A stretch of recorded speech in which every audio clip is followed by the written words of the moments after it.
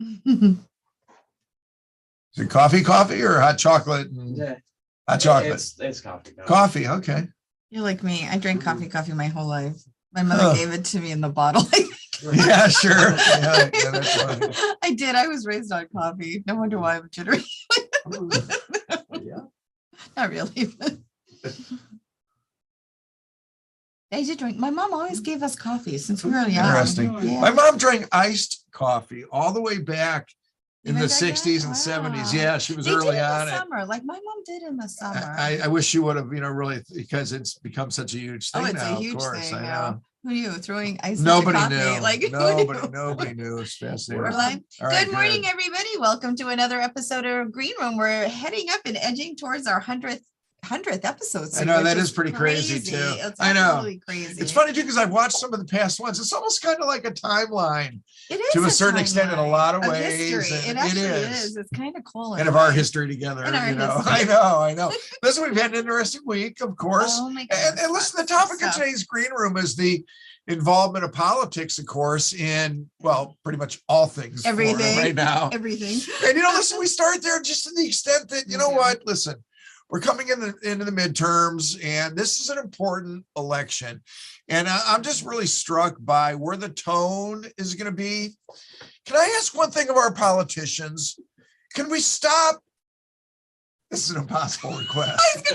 Can we stop lying, please? Oh God. I mean, seriously, the one thing that really bothers me, because listen, as everybody knows, I'm going into the grave as an emergency physician.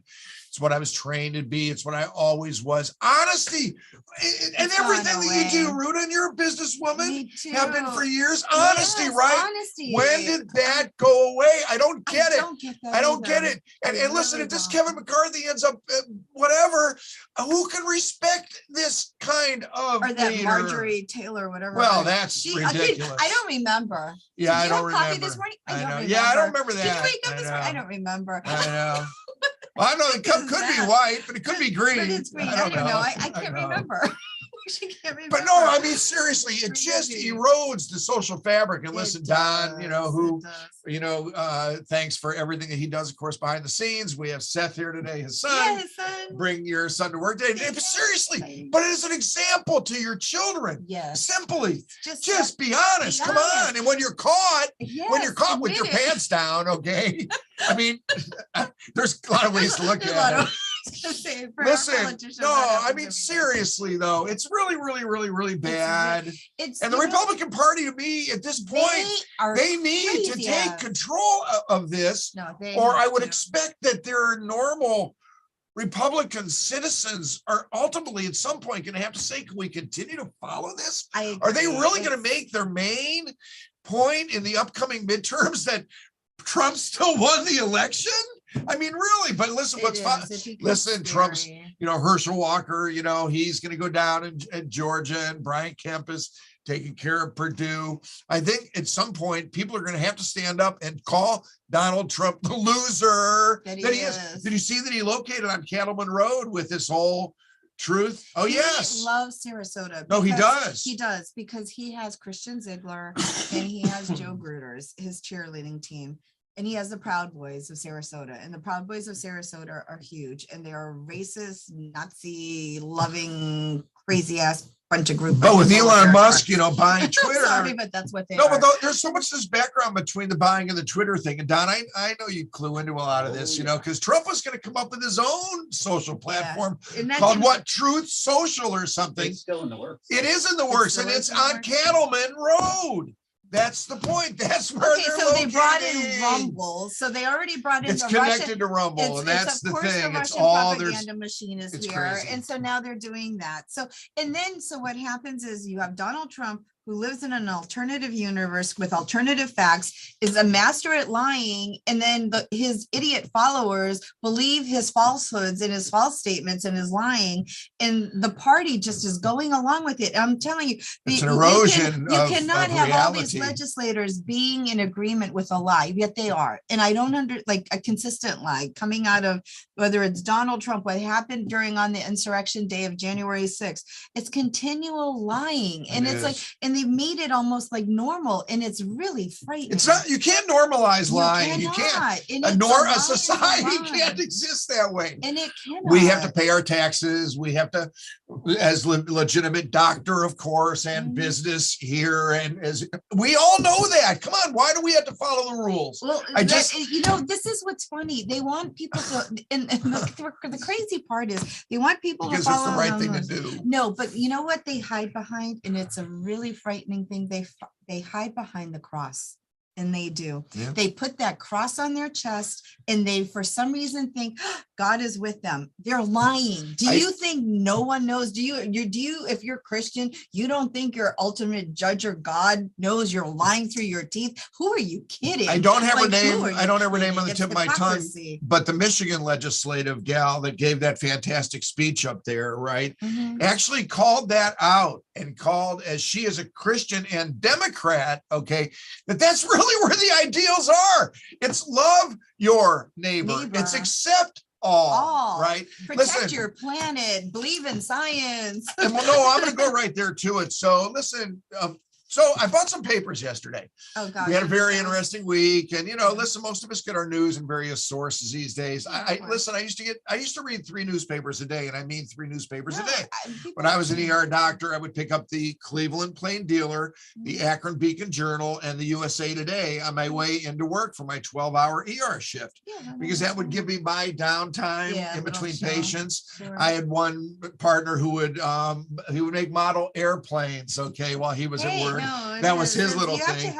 And I had another friend, check this out, Don. This is in the days before security in the ER, who would make swords, and knives. My buddy Tim Billups, who's actually in Saudi Arabia right now. But anyway, he would pound. Place for swords and knives. No, he would pound knives and swords. He had a forge. Always good. He had a forge in his garage, so that was kind of his muse. But I would buy 3 newspapers a day. That's like twiddling. What's that called? Whittling. Yeah, whittling. Well, that's come up in other green rooms, I think. But seriously, that would have to go way back in the timeline. But the point about it is that I got my information from 3 different sources. Now people get their information in so many different sources, and we know that's a problem. And it's a problem because Facebook and Twitter, the garbage that's been stuff. Like, my God, you can't. It's awful, and people don't know how to filter, and it becomes an alternative facts universe. So we had an interesting week. On Tuesday, and I want to congratulate Move, and Mike and Tracy, the Smullins, good friends, and local medical cannabis dispensary. Just a backstory. Listen, Move is a great organization. They're one of the 12 or 13, depends on who you ask, organizations in Florida that are licensed to dispense medical cannabis. They wanted to come into Venice. Sarasota, which is Sarasota County, right? Southern part of Sarasota County, which is underserved for dispensaries, no doubt. Big pocket up in Sarasota, nice pocket down in Northport, but really we have one in Venice, and we're lucky to have them. Still banned on the island, by the way, of course. But even to get into unincorporated Sarasota County, you have to go through the county commission and get an exemption. Get a special exemption. Well, Move reached out because they learned that the last dispensary that tried to get into Venice, unincorporated Sarasota County, right on 41, the Flowery, they were denied. They were denied, quietly denied. We didn't even know about the meeting itself. But that's a problem of the Flowery, and I have to say I wish they would have reached out. They should have done a better job in reaching out, a better job all around. Seeing their meeting, they weren't as well organized as Move. They didn't do as listen, they're not nearly as experienced as Move. They're not. This was early for them. But they hire attorneys for that, and we can criticize attorneys. We can. But the thing is, they deserve that. They do. But the thing is, they relied on an attorney. She couldn't even pronounce Tamiami Trail. So when you can't get Tamiami Trail out at the beginning of the presentation, you're gonna lose the county commissioners because they're local and they're for sure. And listen, you got to watch it, and it's available. Through, and it was sent to me, and listen, the commissioners were tired. They were cranky. They were exhausted. They've already voted, as they say, for many of these in Sarasota County. But what they don't understand is that we're underserved here in our area. They don't understand that each dispensary has different products, right? And the patients do have to travel and the cost of gas. And of course, a lot of our elderly and infirm patients have to get a ride wherever they go.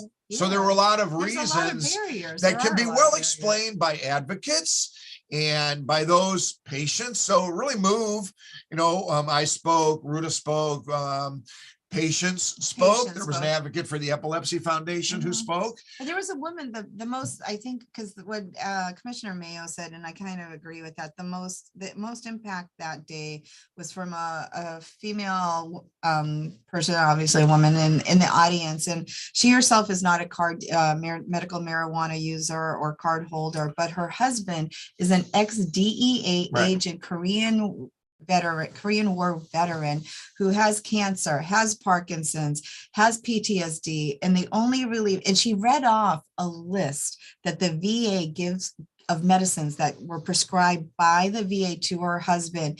And it's like the who's who of opioids. I mean, everything under the sun, from like, you name it, from Xanax to Oxy, you just name it. It was a huge list. And then she said, she goes, you have to understand, my husband found relief with medical cannabis. And the commissioners, it resounded with them. It really patient stories always do. Patient stories do. Always do, and they should. And they should, and they really should. Right. And I think Move did a great job by their attorneys did a great setup. It was a short and sweet presentation. They laid out the facts. They were in compliance with everything. The structure was beautiful, but then they did have input from a physician, which the Flowery didn't. They didn't have patients. They didn't have anybody sort of giving input. And I think that hurt the Flowery at the end. So yeah, hopefully lesson learned. I know they're going to appeal and for sure. And listen, if I go back in front of the commission, and if the Flowery wants me to, I will. But on the other hand, I may stay away because listen, I did irritate, so this is the greatest thing in the world for me. Hang on. I was able to walk around yesterday and show my patients the front page of the Venice Gondolier, former Venice IHOP, set for marijuana dispensary. So this is a win. This is a win. Okay. It's our backyard. Okay. And it's a win for the patients. Well, it is. It's a win for all of our patients, not just ours. There's other doctors in the area too. But the point is, a win is a win, but I also pissed them off. See, so when you win and you piss off the commissioners, no, listen, they were a little irritated by our presentation. They don't like their meetings being hijacked. On the other hand, we could have had 200 patients there if we would have sent out a MailChimp. We could have, and then we would have hijacked the meeting. This was a nicely balanced presentation. I thought so. Excellent by Move. And listen, sometimes you need to hear a little bit of the history and importance of cannabis as medicine. They're still fearful of don't say that. That's what they said. They're like, you don't know us, Dr. Mary Gordon. But they're like, but if you watch the Flowery get shot down because they were too lazy, okay, in my opinion, to really consider what the implications were of shooting the Flowery down. Yeah. So you know what, commissioners, listen, I think we will be there every time one of these comes up. Should be, yeah. And my plan, and I'll be honest with you, when I get up before you next, I will thank you, okay, for your approval of Move, okay? And I will not take much time, but I will say I will be there every single time to answer further questions that you may have that may assist in continuing improved access for our patients. They're still fearful, as you know, because Councilman Moran, he's our commissioner. Thank you. I knew I had the wrong word. He was going to ask that question, okay, about what they're going to do when legal adult use comes to Florida. You haven't seen that part of the tape yet. You haven't gotten there. And Move addressed that 5 times in their presentation that they were always, because they know that was they're experienced. Yeah. So Flowery, because of their inexperience, quite frankly, kind of fell in the trap, didn't have a good answer for it. So when Commissioner Dietert, and thank you for that, did bring up the approval for the Flowery, there was no second. Yeah. If there's no second, then it can't proceed. Then one of the other councilmen, I think it was, Commissioner Moran, he said, well, he's going to move for disapproval. Right. There was a second, and then it was a 4-1. Yeah, 4-1 negative. So that's why we were there. Yeah. So anyway, so I bought a couple papers. Anyway, so I also bought a Sarasota Herald Tribune, and this article just fascinated me, Ruta. So this article, Florida doctors push back on advice from state. But what this one's about is interesting. So Surgeon General Ladapo, okay, surely under the direction, okay, from our governor, sent out a memo to the doctors in the state advising them about how they want transgender and gender questioning kids not to be existing managed in the state of Florida. It's not existing against all expert advice. Yes, they took zero. And if you read the article, and I actually was going to read right from it, but I don't like to do that in the green room. The article is so striking to me because it's the experts in these fields at the University of Florida, where Ladapo got his whatever, here in Florida is, I don't know, whatever they gave. And no, but the experts are saying that the state never reached out to them. The state didn't reach out for guidance. So familiar, doesn't it? When it comes to cannabis, they never reach out to any physician that does it. They just don't like science. So I'm reading through the article, Ruta and I on Tuesdays typically, Wednesdays discuss the green room topic and this and that. Listen, we have guests and we love our guests. Some weeks I don't need a guest because this type of stuff gets me so angry. But what really kind of fascinated me and how I came into your office with it was, Ruta, read these doctors, read their comments. You could read this coming from Michelle Weiner, from Dr. Barry Gordon, from Joe Rosato, from David Berger, all of our friends in the cannabis space. It's a repeat story. They won't listen to those that are out there doing it. And it's ridiculous. Honestly, it's a disservice. But this is going to kill transgender kids. That's why these doctors, are pushing back. They organized very much like we do in the cannabis space. They have an organization of doctors that have put together a letter signed by these experts and those that do it every day and send it. It's going to go on deaf ears because he ultimately, unfortunately, is not an MD. DeSantis isn't, and he will do whatever his agenda is. He's obviously taking away more and more rights from the LGBT. But it's a hateful agenda. It's a non-inclusive agenda. It is. And I just don't understand it. I don't know when people are going to stand up to it, call it what it is.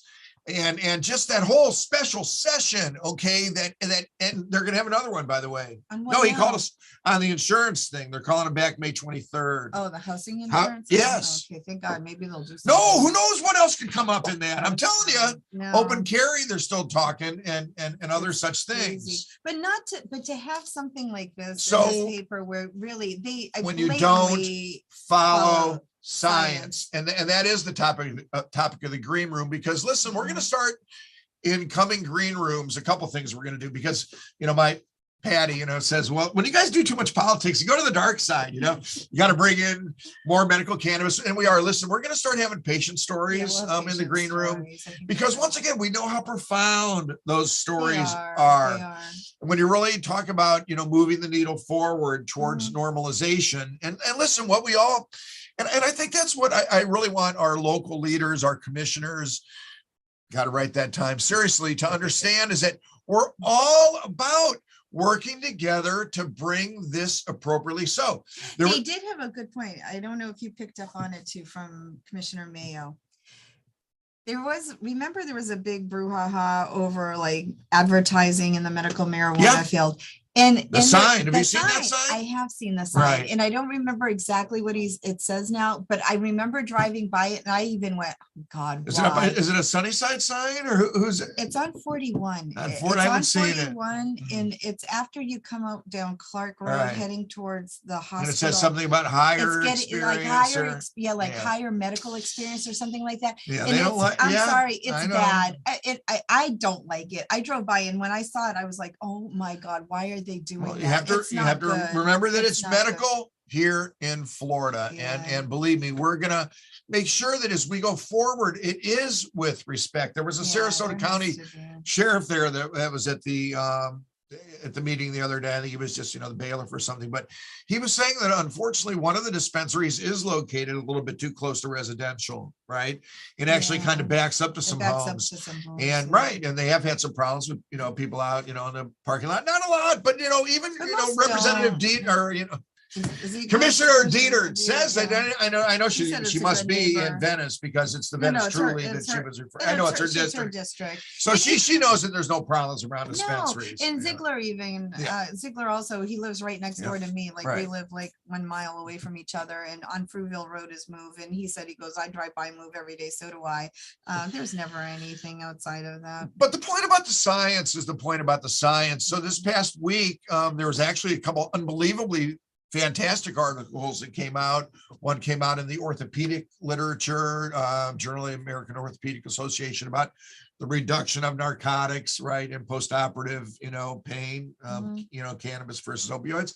That also was a great statement, I think, that resonated with the commissioners the other day too, was when that other gentleman got up and just talked about the simple reduction. He spoke for about 45 seconds. Yeah. The simple reduction that we see every day. Listen, we're not a research practice. But what we know, and I know you see it every day, Ruta, that's why you're a great spokesman too, I think, for the industry, because you're not a cannabis user, of course. You just see the stories every day in the clinic. Yeah, right. No, I do. Right. And once again, it's the patient stories that are so resonant. I guarantee you, if the Flowery would have had even 2 or 3, right? They did not too much because they were tired, but like they still you do. So you always need to put that human touch on it. You do. When you have to look at a patient in the eye, or you look at somebody who was affected, like this woman was, or her husband was, and you have to face them and you see their faces and you see their expressions. It's hard to say no. It really becomes hard. Although the Florida legislators seem to have no problem with that, but so they're heartless, but that's okay. And that's another story. But really, usually it's very difficult when you have to face somebody in a wheelchair, or you face somebody, who's shaking in front of you. It's very hard for them to say no then. And I think that's the strongest ally in the science, is to bring, these kids who are affected by this ruling. That's who you need to talk to and hear from. It is, but to read expert after expert after expert with their consternation, and all we want to do is be involved. All we want to do is to be able to speak truth to those that need to know what we see with our patients and what our patients want. That's what was so offensive to me, Ruta, to the extent that when you don't get bills to get a committee assignment, then you can't get your patients in front of the legislators. You can't. Because when Representative Learned, excellent green room guest, and I wish him well this morning. I hope he's watching. The point is, when he offered his amendments, there's no public comment for them, right? There is no public comment. That's an entire different process. So by burying the bills, you don't allow for discussion to ensue. But this is the thing too, because I don't know, and I'm just thinking out loud, and I'm thinking there's got to be a better way. When I do that, I get in trouble, so I try to avoid it. No, but I think honestly, the only other thing that I can think of is patients live in every district in the state. And if those patients literally contacted their own person who they voted for, and go in front of them as a group and keep going in front of them as a group, something has to give. These people cannot honestly keep going up to Tallahassee and then voting against what their constituents want. And they're doing it because they get reelected, and which makes no sense to me, because if you think about it, these people who have nothing in common with the people who are fighting for anything, it's crazy. They're making these rules for all these people, yet these people will go, and I promise you, there's a complacency. There is. They're going to vote these people right back in. And it's like, you just voted for somebody who is hurting you, and you're still voting for them. And we Seth, how old are you over there, man? 14. 14. So we got to get the 14-year-olds, and involved I mean it, involved already, because it's going to be their generation that are going to be affected by all this craziness. It's crazy because we always say it's the next generation. It's the next generation. It's the next generation. Oh, the next generation's here. I'm past that. I know. Why should the children pay for the mistakes of course. the parents, and it's true. And we put that burden on the children because we always are saying it's not our generation. The next generation is going to fix it. Well, why did we screw it up so badly that we have to keep on doing this and putting in the next generation and these kids already?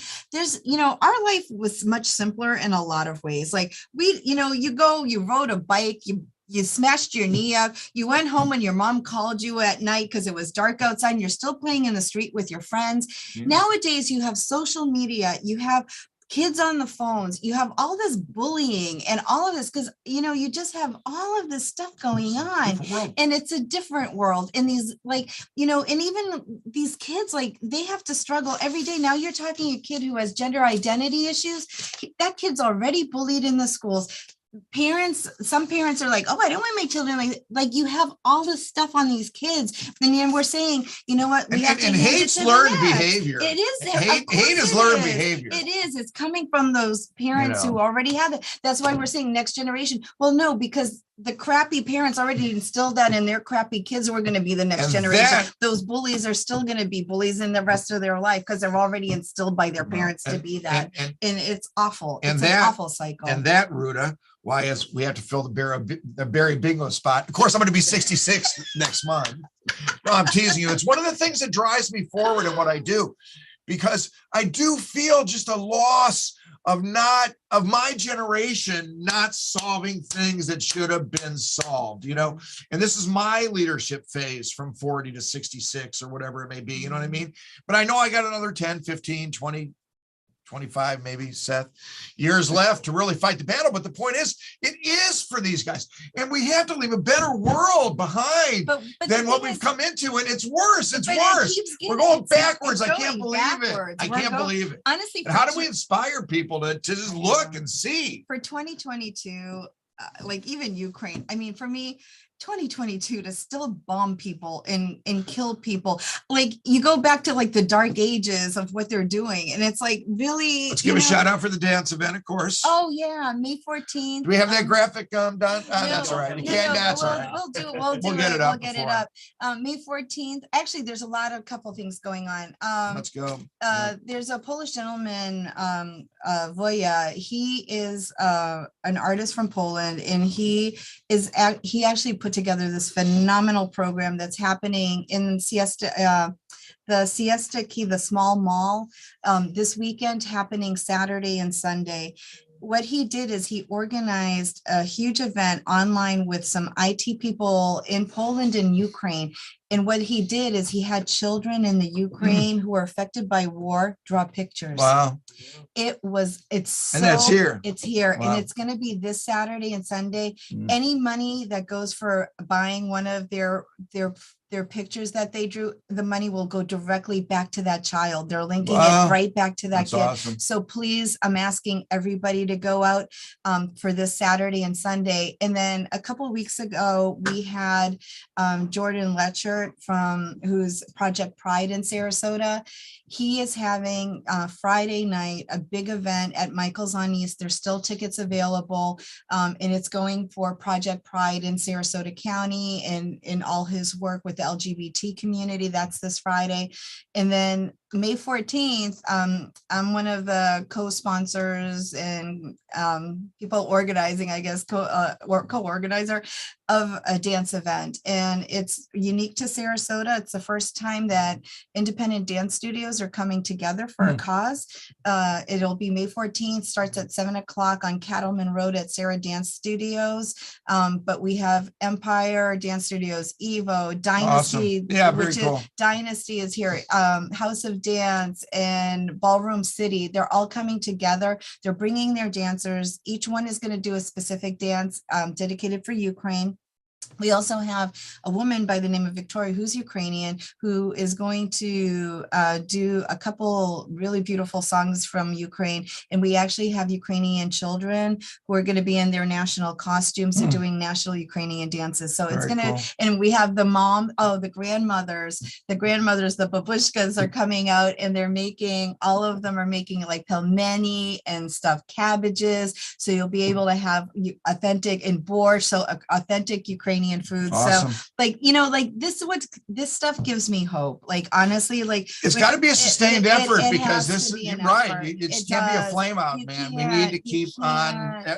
Absolutely. And even like this link to the children, like, okay. So that is so awesome. I almost want to, this link to the right, children $20 per, it's and, amazing. Just give it to these kids. And they're directly linking it to these children. And we do have a great link. Listen, we talked about it last week in the green room, but we saw our boxes in Ukraine. Oh my God, that was still like the most incredible. I got goosebumps. Right. So I mean, we saw our boxes being opened by a Ukrainian soldier, and their command, like they had 4 people in their battalion unloading the medicines we sent over there. So I mean, so we are making impact, everybody. Like honestly, people don't think so, but one person can make impact. 2 people make impact. 3 people make impact. Every single person can make impact. And even with the science thing, every single person needs to speak out. Well, we do. I mean, listen, there's certain truths, just getting back to how we open the room. There's certain truths that we all just need to accept, but being kind to one another and lifting each other. See, that's what I don't understand about those that, and I don't even know what to call them at this point. You know, I mean, those that don't see why we're really here, which is to live the best life that we can and lift others up. What's so hard? But it's mind-boggling to me. Like it really is. It's like if you think about it, our lifespan is really short. It really is. And in a blink of an eye, it's over. And so when you have this, and you have this stupidity of what people fight over, argue over, again, and it starts from youth. You start like you put a bunch of kids in a room together, and if their parents' influence wasn't there, these kids would all sit and play and get along. Of course they would. But as soon as you have that parent who's like in the back of there saying, well, that kid's different, so don't be nice to that kid, or don't do this because they like don't talk like you, or they don't eat like you, or they don't dress like you. Like all of a sudden these things come pounding in and they keep going. So it's just got to stop. At some point, something's got to give, because it just makes no sense to me. It really doesn't. Day by day, one by one, you know. So Seth, you have the burden of this all on your shoulders now. So no, but my point is, listen, it does really, it's imperative that your generation really does pay attention.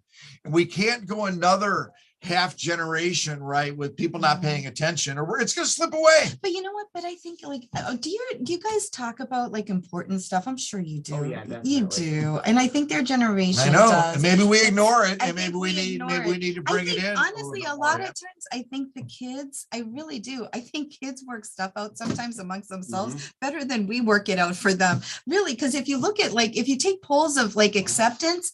Children have good acceptance, they do. Like you have some bullies, but like the majority of times, like I said, most kids work stuff out themselves. Somehow it's 9:02. I have no idea. Okay, I'm going to Carolina this weekend to speak at the first ever Carolina Cannabis Conference. Listen, I'm speaking on Friday and Saturday, just general topics. Don't know if it's going to be doctors or patients or advocates, but I love new eyes. You know, New Year's, new eyes. New Year's, new eyes. They don't have any cannabis.